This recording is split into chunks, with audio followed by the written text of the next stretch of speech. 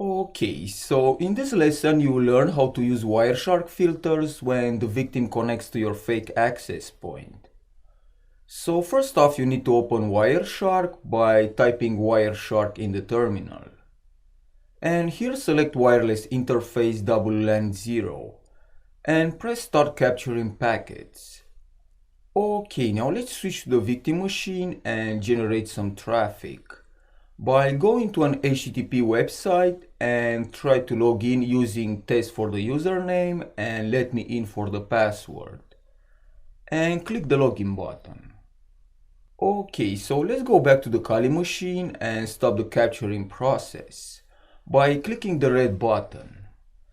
And now the first filter which I like to use is DNS with the IP address. So I will type DNS and IP add R equal and put the victim IP address. This filter will show you which websites the victim is visiting and is useful when you want to perform a phishing attack. Okay, now the next filter is frame contains and put the word from the website. And for this example, I will use Bing.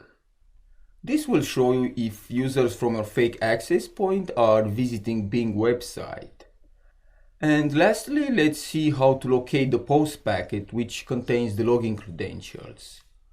So I will type HTTP request method equal and in caps post.